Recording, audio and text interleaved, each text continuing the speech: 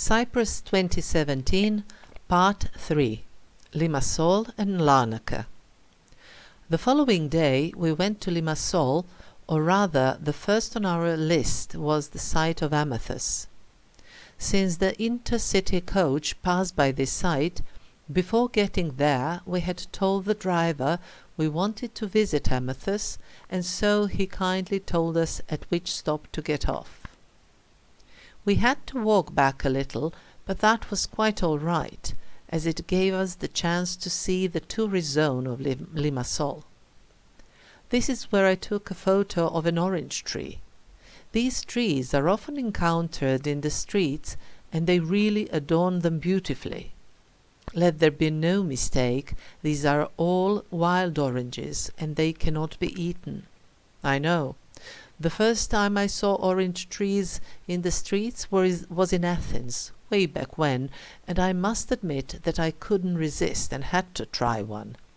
The oranges looked very real, and they were real, of course, but bitter, sour, or whatever, in a word, inedible. Now I just admire them, and with a smile on my face remember my gluttony. Although there were not many people in the streets in the part through which we passed, still there were more opened hotels than in Ayia Napa.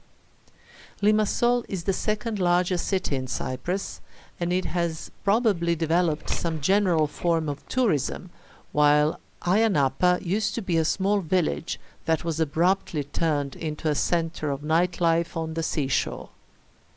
When the night party is over, Ayia Napa is asleep.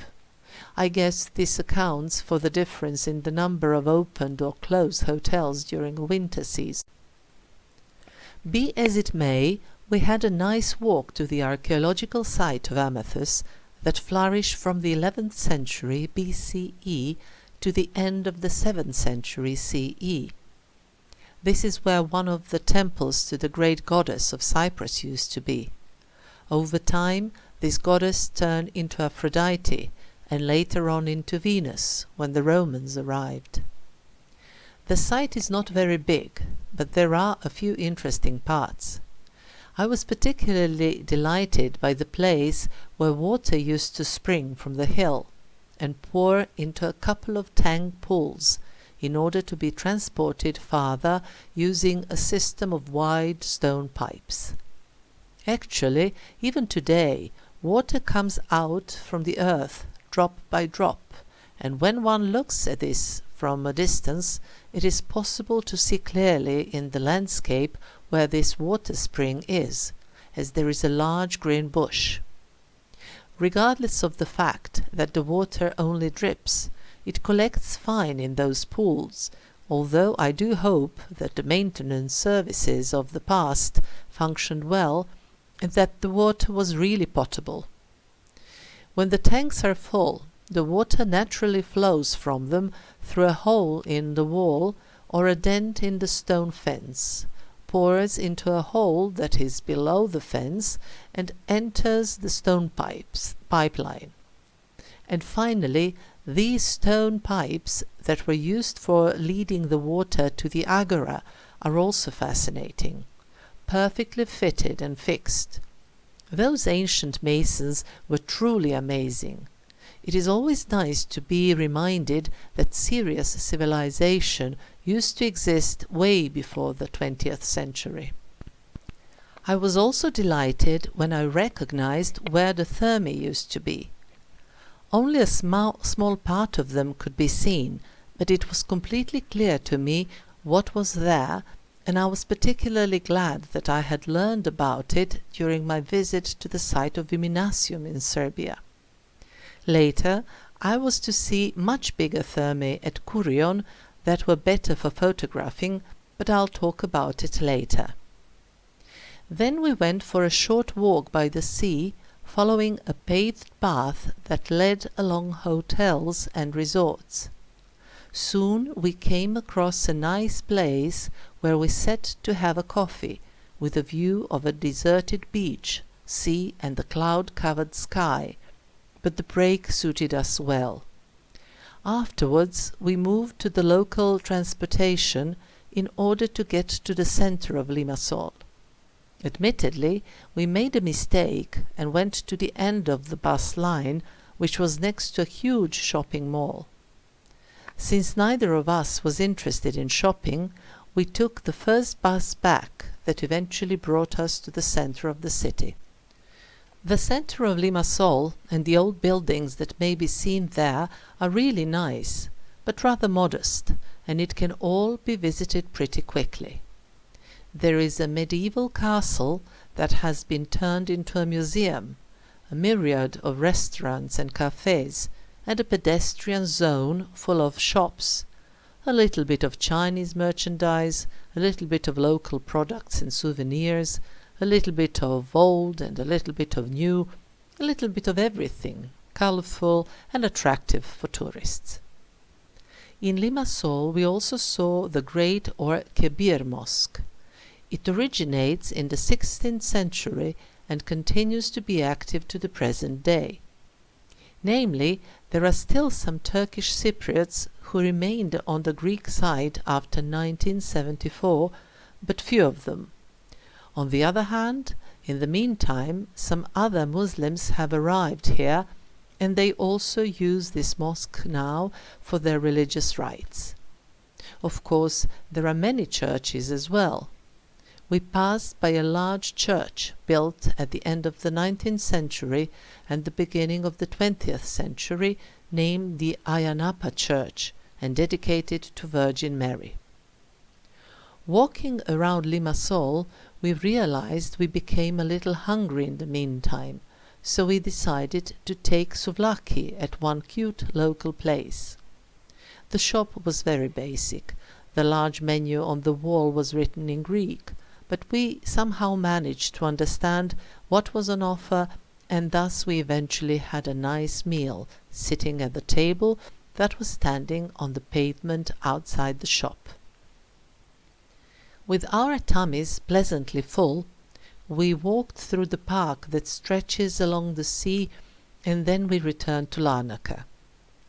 The weather forecast for the following day said it would be sunny, and thus we decided to rent bikes at a shop that was right next to our hotel.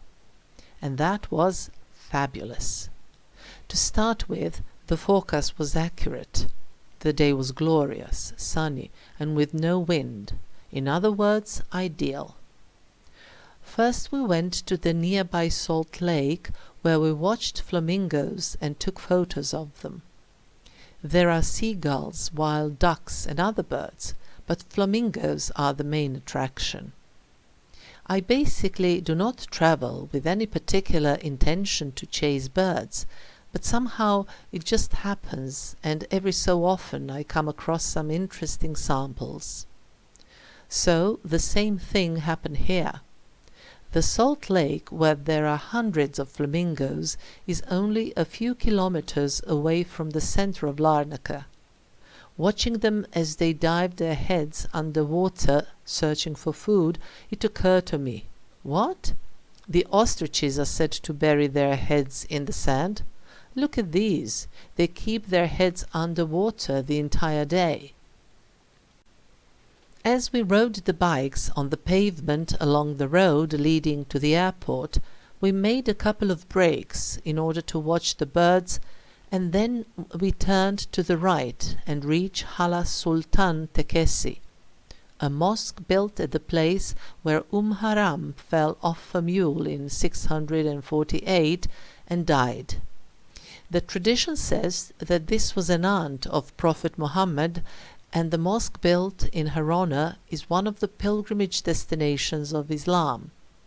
The two of us also went there to visit it. Afterwards, we continued with our bike ride around the lake. The asphalt road disappeared and a dirt road started. It was quite all right in the beginning, but then at some point we came across some serious puddles and mud on our way, so we barely managed to pass through. We had to get off the bikes and push them along the edges of the puddles, making sure that neither the bikes nor we fell into them. The plan was to make a circle around the lake as well as to get to an aqueduct. We had a map, but it was not particularly clear, and so we got into an area with nice houses but no aqueduct. That is, we even managed to get to a small segment of the aqueduct, but it was not what we were looking for. We wandered between those houses for a while and were ready to give up, but then we came across a billiard bar, took some refreshments there, and sat in the sun pondering what to do next. Then we decided to try yet another option, and soon we finally managed to find the remains of the Bekir Pasha aqueduct that we so wanted to find. The structure, also known as the Kamares aqueduct, originates back in the 18th century, and it was built by the then governor of Larnaca, who gave his own money for the project. This sounds so nice and generous, doesn't it? In order to have water brought to the city from a spring a dozen kilometers away. Very nice and impressive. By the way, the aqueduct may also be seen from the motorway that leads from Larnaca to Limassol and Paphos. Here we made a short break again in order to have a good look at it, and then we continued along the path that leads further around the lake. This path had not been completed yet, so for the time being it was only a hard soil between stone curbs, but we managed to ride well along these few kilometers, and thus we got to one of the main streets that we came by to the lake earlier that day. However, we continued to make occasional breaks in order to keep on enjoying the wonderful vistas that surrounded us. As our bicycle day was getting close to its end, we sat down in a cafe to enjoy the sun for a little while more, and that relaxation was truly great. But, ouch, it was so difficult to get up once the muscles had cooled. And yet, in the final wave of our desire to keep on riding and enjoying, we went by our bikes to the center of our Larnaca, but it was not an easy ride any longer. I guess the exhaustion had caught up with us, and then we finally turned around and went back to the hotel. In the meantime, clouds started to cover the sky and temperature started to drop, so the return to the hotel was the right thing at the right time. Later on, when we recovered from riding bicycles, we went on foot to have a nice dinner consisting of seafood, and that was a perfect ending of a beautiful day.